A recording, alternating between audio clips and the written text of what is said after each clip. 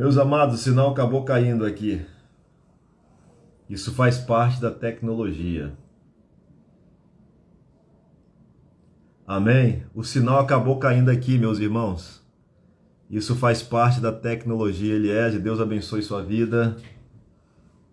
Edinho. Vamos lá.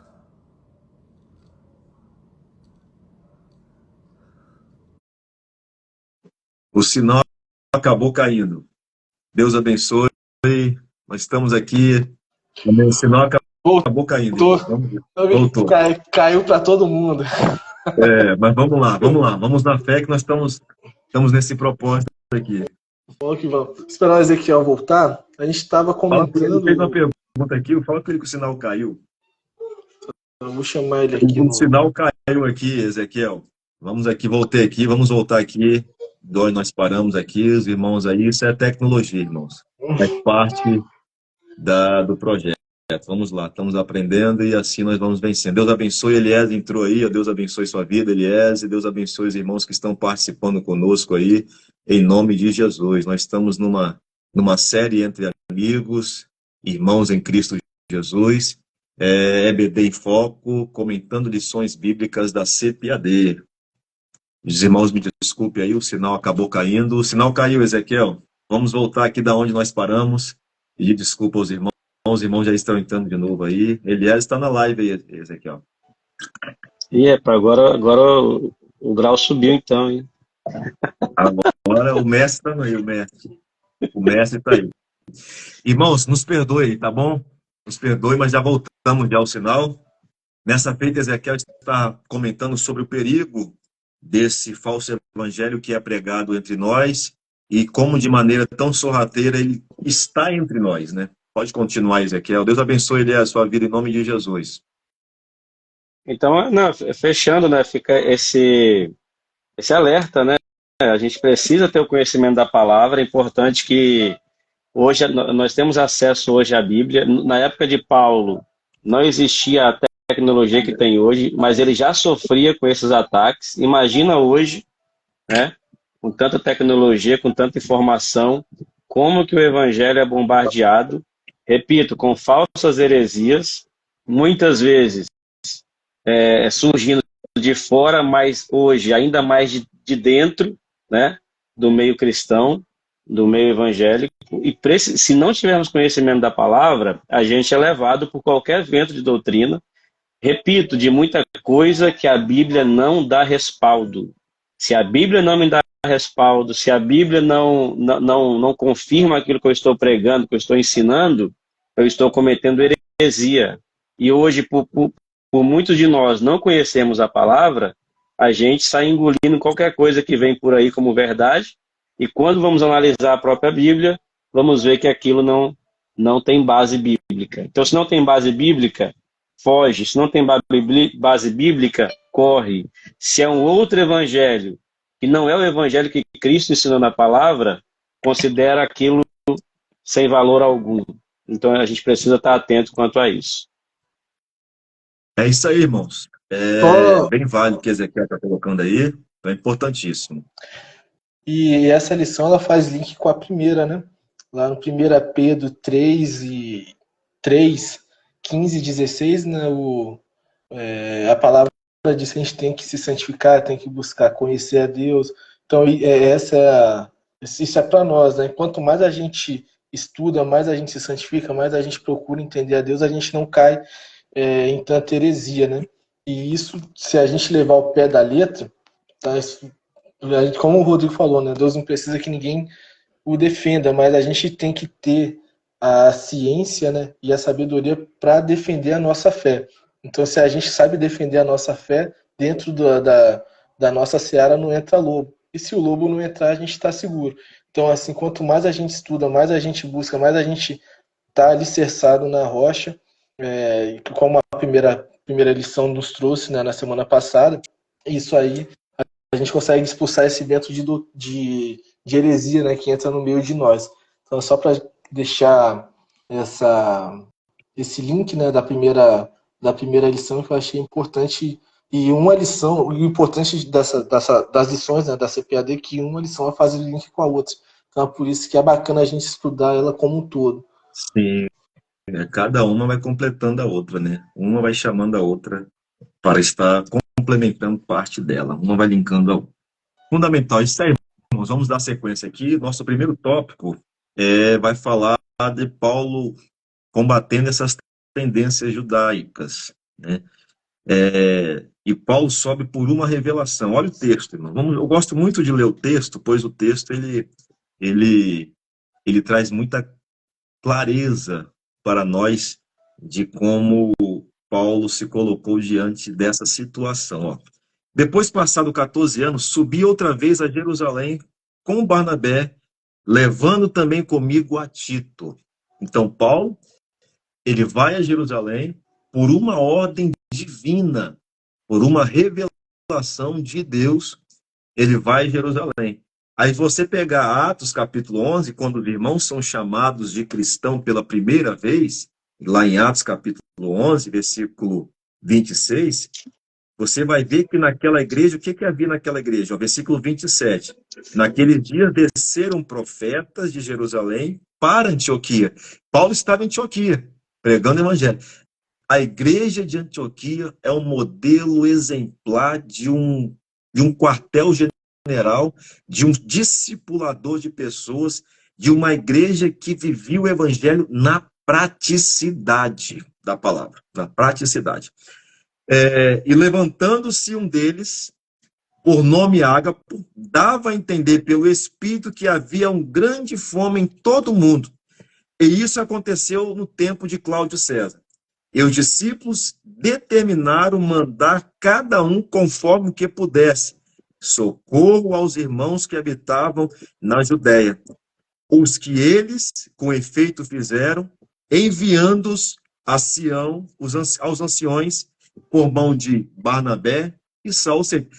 Paulo e Barnabé desceram por uma revelação divina, por uma ordenança divina para Jerusalém.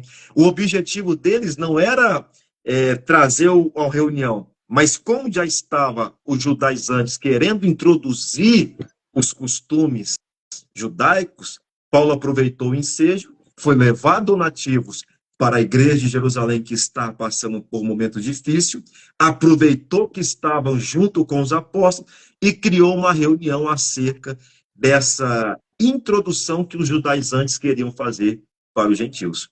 Nessa reunião, Paulo vai e coloca acerca do evangelho que ele pregava. Queridos, nós, como os cristãos, devemos ter o compromisso com o evangelho que nós pregamos. O que Edinho falou aí sobre santificarmos a nós mesmos é o nosso compromisso com o evangelho. E Paulo vai dizer o seu compromisso com o evangelho em Gálatas. Olha o que ele vai dizer, versículo 2. Continuando o versículo 2. E subi por uma revelação, Ele expus o evangelho que prego entre os gentios. Olha, ele foi a Jerusalém, apresentou-se para os apóstolos, e ele vai apresentar o evangelho que ele estava pregando para os gentios. Era um outro evangelho diferente do que os apóstolos de Jerusalém estavam pregando, Ezequiel? De maneira alguma. Era o Mesmo evangelho que Paulo queria apresentar para os apóstolos? Não. Era o mesmo evangelho que os apóstolos receberam de Jesus Cristo, os que andaram com ele. Porque Paulo, Ezequiel e Edinho, os irmãos que estão nos assistindo, ele não teve o privilégio de andar com Jesus durante 3 anos e 6 meses no seu ministério. Paulo não teve esse privilégio de ser ensinado dia após dia como os apóstolos foram. Mas Paulo recebeu do próprio Senhor a revelação do evangelho quando encontrou Jesus no caminho de Damasco. E Paulo queria o quê? Perseguir, matar, prender os irmãos. Tinha carta dos sumos sacerdotes, das autoridades de Israel, para prender os irmãos em Cristo Jesus. Mas Jesus se colocou no caminho de Paulo, e Paulo teve a revelação de quem era Jesus. Isso é lindo. E agora de perseguidor, ele passa a ser defensor desse mesmo evangelho, né? Defensor desse mesmo evangelho. Por isso que nessa feita... Para ser perseguido também, né? Perseguido. Por isso que aqui ele está se colocando como um defensor. E ele não cede nenhum instante. Observe que quando ele desce para Jerusalém, Ezequiel, Edinho, os irmãos, ele desce com um grego. Quem era esse grego? Tito. Tito. E não era circuncidado. O que é circuncisão e incircuncisão, Ezequiel? O senhor pode explicar para nós aí, para os irmãos, Ezequiel? A circuncisão era uma marca, né, de um judeu verdadeiro. Todo judeu verdadeiro ele deveria se circuncidar ao 8º dia, né? Essa circuncisão era como se fosse uma cirurgia feita ali no órgão, né, genital masculino, aonde ele tinha como marca, né, de um verdadeiro judeu. Era um rito, um ritual judaico, né? Esse mesmo ritual que eles queriam que os gentios praticassem ao se converterem a Cristo. E aí entra uma questão que eu sempre falo, eu não vejo problema em eles quererem que os gentios praticassem esse ato, vamos supor assim. A questão é eles agregarem esse ato à salvação. Aí Né? que Se mora o perigo. É aí que mora o perigo, né? Ou seja, se vocês não fizerem, vocês também não podem ser salvos. Quando nós não tem direito à salvação. Quando a gente acrescenta alguma coisa à graça, a gente está dizendo que o sacrifício de Cristo não é suficiente, né? E quando eu digo que o sacrifício dele não é suficiente, logo eu estou dizendo que a ressurreição dele não é suficiente, né? Que a sua vida, enquanto aqui na terra, não é suficiente para a salvação. Isso é muito grave, irmãos. Quando a gente analisa o evangelho de hoje, não é diferente. Estão acrescentando muitas coisas à graça, né? Dizendo que se você não fizer isso, você não é salvo, se você não fizer aquilo, você não é salvo. A gente vai falar mais à frente aqui a questão das obras, né? Que acompanha a vida de um salvo, mas que não garante a salvação de ninguém, e nem é por elas que nós seremos salvos. Então, o problema todo dos judeus, ou dos judaizantes, era querer agregar à graça esse novo elemento, né? Toda seita, ela vai agregar à graça um novo elemento. Cristo não é suficiente. O sacrifício dele só não basta. E quando eu admito isso, eu estou cometendo uma grave heresia e criando um outro evangelho, que não é o evangelho da Bíblia. Pela graça sois salvos, isso não vem de vós, é dom de Deus, não é pelas obras para que ninguém se glorie. Então a gente precisa estar muito atento. Entenda, por isso que nós estamos com esse objetivo de transmitir isso aqui, para que você entenda que Cristo é suficiente para a nossa salvação. Amém. Ele é suficiente. Amém? Então, completando o que o Rodrigo perguntou, a circuncisão era isso, né? Era um sinal que aquela pessoa, que aquele homem verdadeiramente era um judeu, mas era um ritual judaico e não um elemento indispensável à salvação. Fundamental isso aí que o irmão Ezequiel está falando, irmãos. É fundamental, fundamental. Não podemos agregar nada à graça de Cristo Jesus. O que nós agregarmos à graça de Cristo Jesus, nós estamos anulando o sacrifício perfeito de Cristo Jesus na cruz do Calvário. Estamos dizendo que o sacrifício de Cristo não foi suficiente para o perdão, a regeneração, a santificação e a justificação do homem. Isso é fundamental, não podemos agregar nada. Finalizando o versículo 2 que nós estávamos lendo, e particularmente aos que estavam em estima para que de maneira alguma não corresse ou não tivesse corrido em vão. Paulo tinha preocupação de o evangelho que ele estava pregando não fosse um evangelho diferente do que os apóstolos estavam pregando. Era o evangelho que estava fundamentado naquilo que o Ezequiel falou, na ressurreição, na obra de Cristo Jesus, no seu ministério, na morte e ressurreição de Cristo Jesus. Esse estava fundamentado no evangelho de Paulo.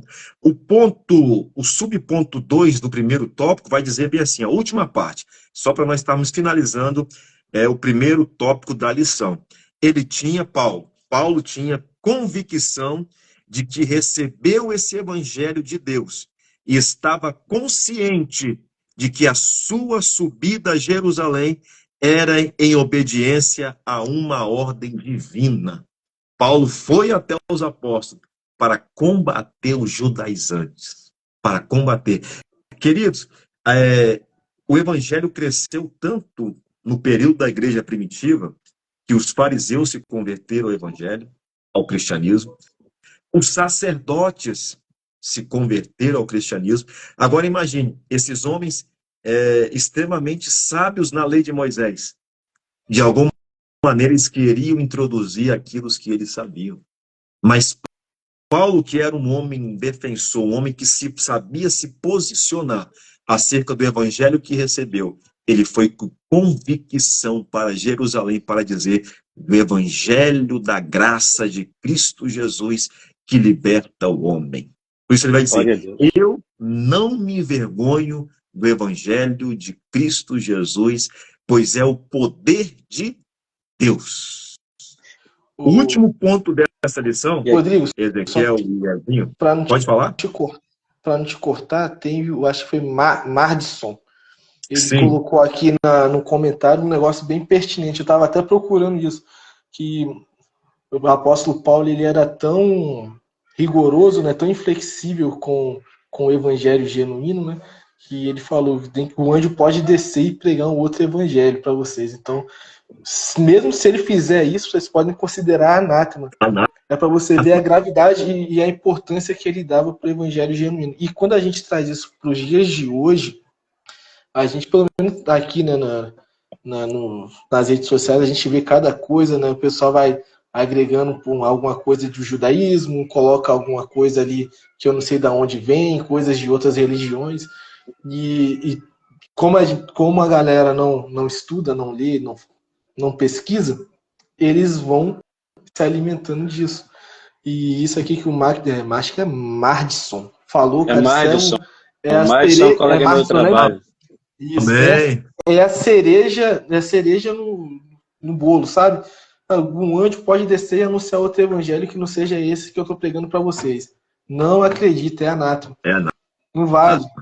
E aí, hoje a galera sai comendo tudo que vê pela frente porque não lê, não pesquisa. E aí, irmãos, entra a importância disso aqui, ó. Palavra de Deus, Bíblia. Isso aqui, a Bíblia, ela não tem a palavra, ela é a palavra de Deus, tá? Se eu não conhecer isso aqui, qualquer coisa que me falarem, eu vou abraçar como verdade, tá? Evangelho em Cristo é liberdade. Se o Filho vos libertar, verdadeiramente sereis livres. Não é libertinagem, é liberdade, né? O que estão fazendo aí, infelizmente, né? Todo dia cria-se uma nova moda, todo dia cria-se uma nova doutrina, né? Todo dia é uma nova revelação que surge, como se a revelação da palavra não fosse suficiente. Meu Deus. Irmão, se chegar na sua igreja, qualquer pessoa, eu trouxe uma nova revelação, nem ouve, não ouça essa pessoa, porque não existe revelação maior do que a palavra. Não existe. Não tem como eu trazer uma nova revelação em cima de um texto que é a própria revelação. Então, é por isso que a gente vê tanta, nesse meio de pregações aí, tanta inovação, tanta coisa nova, todo dia alguém trazendo um texto novo, uma revelação. Não existe uma nova revelação. Qualquer um que chegar para você, eu tenho uma nova revelação. Ô, irmão, desculpa, não tem nova revelação. A Bíblia é a única e verdadeira revelação de Deus ao homem. Então, conheça a Bíblia, estuda a palavra, para você não ser enganado. Porque se Paulo, naquela época, nós vamos ver aqui depois no tópico 2, que quando ele volta para a Galácia, ele fica assustado, porque ele saiu para resolver uma situação, quando ele volta, os irmãos estão desviados. Né? É o que a Edinho comentou sobre o Evangelho Anátema, né? E pior, Rodrigo, desviado dentro da própria igreja. Nós vamos ver sobre isso aqui depois, é bem interessante. Finalizando o terceiro tópico do primeiro tópico, pode falar. O Daniel entrou aí. Daniel, quiser solicitar, Daniel, pode ir. Mas assim, eu vejo nos dias de hoje, né, a gente... Porque essas igrejas assim, lotam, né? A gente não está falando mal de igreja nenhuma, mas comentando sobre o evangelho que não é o verdadeiro. É porque as pessoas elas estão com o coração tão vazio que elas saem procurando alguma coisa que possam se apegar, sabe? E isso, o evangelho só teve essa distorção por conta dos próprios cristãos, cara. E isso é uma coisa que eu percebo, né? é porque a gente deixou de praticar o verdadeiro evangelho. Porque se praticássemos o verdadeiro evangelho, eu falo nós, isso é no geralzão, tá? Não teria esse monte de, sabe, esse monte de anátema nas igrejas. As pessoas estariam se alimentando do alimento puro, sabe? Mas como a gente deixou esses lobos entrarem no meio da seara, agora eles estão fazendo a bagunça. Porque a galera tá indo para, por exemplo, você chega uma pessoa que está com depressão e falar que Deus ama ela, ué, pronto, Deus falou comigo, às vezes nem é, sabe? Às vezes é um processo que ela tem que passar, alguma coisa nesse sentido que Deus está provando ou não, e a gente não sabe, a pessoa lança alguma coisa ali, ela, Deus falou comigo, então já pegou. Aí vai para uma outra igreja de prosperidade, vai para uma igreja coach, sabe? E essas pessoas estão ficando vazias de Deus. Elas acham que estão se alimentando com alimento verdadeiro, mas elas estão comendo qualquer porcaria por aí, porque a gente negligenciou o verdadeiro evangelho. Então, acho que essas questões, essa lição, né, essa revista, né, do trimestre, ela me chama muita atenção por isso, porque elas nos traz um peso muito grande, porque isso está acontecendo dentro das igrejas por culpa nossa. E se a gente continuasse o verdadeiro evangelho, isso não estaria acontecendo. E agora a gente vai ter que fazer um retrabalho, e para trazer essa galera que já está acostumada com qualquer porcaria aí para se alimentar de novo, a gente vai ter que fazer um detox nessa galera. Se diz que quando a gente leva o evangelho verdadeiro é renúncia, e eu acho que pouca gente quer saber de renúncia hoje, sabe, amar o irmão, ninguém quer, o pessoal só quer saber de prosperidade e movimento. Então, assim, o trabalho é árduo, tá? Mas a revista de essas lições do primeiro trimestre está exortando a gente a ser mais comprometidos com o evangelho verdadeiro. Amém. Finalizando a parte 1 aqui, versículo 3, 4 e 5, eu vou estar lendo. Eu estou guardando Daniel pedir a solicitação, não chegou para mim aqui ainda não, Daniel. Versículo 3, 4 e 5 diz assim, ó: mas nem ainda Tito, que estava comigo, sendo grego, foi constrangido a circuncidar-se. Olha o que Paulo está dizendo. Os apóstolos que estavam com Paulo não constrangeram Tito, que era um grego, a ser circuncidado, pois eles entenderam o evangelho que Paulo estava pregando. Entenderam que o evangelho em Cristo Jesus é o que Ezequiel falou, é liberdade, não libertinagem, é liberdade de viver e desfrutar da graça de Deus. Não é a graça barata, não é a hipergraça, é a graça de Deus que nos faz discípulos compromissados com responsabilidade. Versículo 5, versículo 4, e isso por causa dos falsos irmãos que se tinham entremetido e secretamente entraram a espiar a nossa liberdade que temos em Cristo Jesus para nos pôr em servidão. Olha qual era o objetivo do falso evangelho. É escravizar as pessoas ao seu bel prazer. Esse é o objetivo do falso evangelho, irmãos. É escravizar. Quantas pessoas estão escravas mentalmente por causa do falso mestre? Foi a lição primeira que nós aprendemos. Quantas pessoas estão escravizadas e dependentes de um falso mestre? E aqui, ó, esses falsos irmãos se entremeteram entre os irmãos e começaram a espiar a liberdade em Cristo Jesus que os irmãos em Gálatas tinham.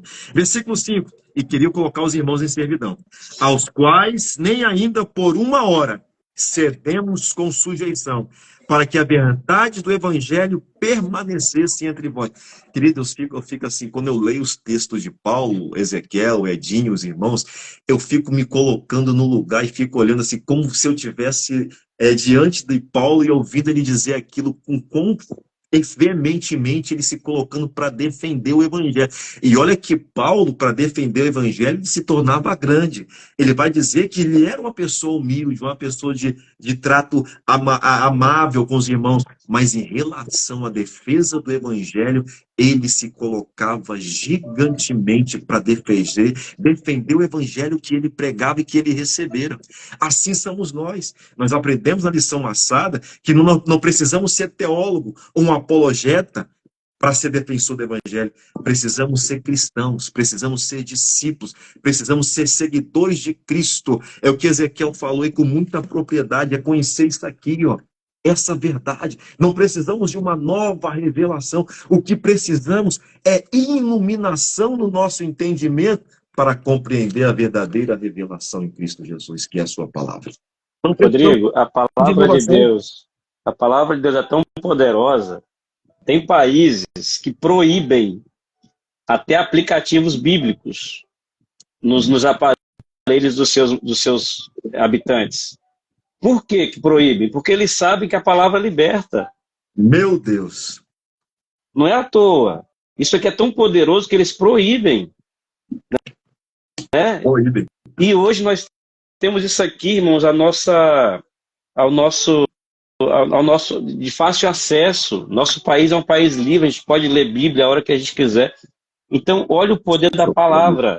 Enquanto nós ficarmos buscando, eu costumo dizer assim, enquanto a gente começar a querer viver de muleta o tempo todo, escorado em alguém, sem buscar o conhecimento da palavra, nós vamos ser enganados muito facilmente. É por isso que, de vez ou outra, você vê uma pessoa decepcionada. Eu saí da presença de Deus porque eu me decepcionei com A, com B, com não sei quem. Irmão, se você conhecer o evangelho verdadeiro, você nunca vai se decepcionar. Aleluia. Nunca vai se decepcionar, porque isso aqui liberta. Liberta a mente, liberta o corpo, liberta a alma, né? Isso aqui te traz paz. Então, assim, enquanto você ficar aí escorado em alguém e não buscar conhecer a palavra, você vai ficar aí enganado, decepcionado, querendo desviar, querendo desanimar. Mas quando você conhecer o evangelho, meu irmão, é igual a palmeira, o vento sopra, mas você vai estar firme na presença de Deus. Então aprenda isso em nome de Jesus. Amém. Ezequiel, eu me lembro quando Jesus disse em João relata uma fala de Jesus, vai dizer bem assim: conhecereis a verdade, e a verdade vos libertará. O conhecimento em Cristo Jesus é libertador, irmãos. E nós só chegaremos a esse conhecimento aquilo que temos em mãos, a sua palavra. É a sua palavra. É isso que vai trazer libertação para a nossa vida. Que Ezequiel falou com muita seriedade, irmão, e eu repito isso aqui com muito tremor e temor. Tem muita gente aí, escravas de pessoas, porque não buscam o conhecimento em Cristo Jesus. Então, Osés vai dizer que o povo de Deus está perecendo pela falta do conhecimento. Aí você pode, não, mas meu Deus, nós temos muito, não, nós temos muita informação. A tecnologia vai nos dar muita informação e não conhecimento em Cristo Jesus. O conhecimento se busca através de uma vida disciplinada em Cristo Jesus, através da oração, através da leitura, através da comunhão com os irmãos, da unidade, da comunidade que você está inserida. É só assim que você vai crescer em Cristo Jesus. É por isso que Pedro vai dizer: crescei na graça e do conhecimento de Cristo Jesus. Jesus se preocupou, Ezequiel e Edinho, os irmãos que estão aí, Deus abençoe a irmã Geilza. Jesus se preocupou em perguntar para os seus discípulos, vocês estão lembrados, de que os homens estavam dizendo quem era ele. Sim. O que diz os homens que eu sou? Aí os apóstolos, os discípulos, estão dizendo que você é o profeta Elias, Jeremias, Isaías, um dos profetas qualquer aí. Estão dizendo ali que é João Batista, ressuscitou dentre os mortos. Jesus ouviu atentamente, com muita educação, todos os seus discípulos, mas depois virou para os seus discípulos e disse assim: e vocês, o que dizem que eu sou? E olha que Jesus já está com eles, há muito tempo. Muito tempo. Porque Jesus sabia que eles não sabiam de fato quem ele era. Aliás, ele vai dizer para Filipe, né? Estou há tanto tempo convosco e não sabia e você não sabe quem eu sou. É por isso que no próximo tópico nós vamos estar entrando aí, né, Ezequiel? Vai falar sobre isso aí, né? Que a igreja de Gálatas tão depressa se perdeu do evangelho. E aqui, Rodrigo, eu vi uma frase interessante. Você falou sobre conhecimento e informação. Aí o camarada estava dizendo: conhecimento é você saber que o tomate é uma fruta. Sabedoria é você não usá-lo numa salada de frutas. Interessante. Então, assim, às vezes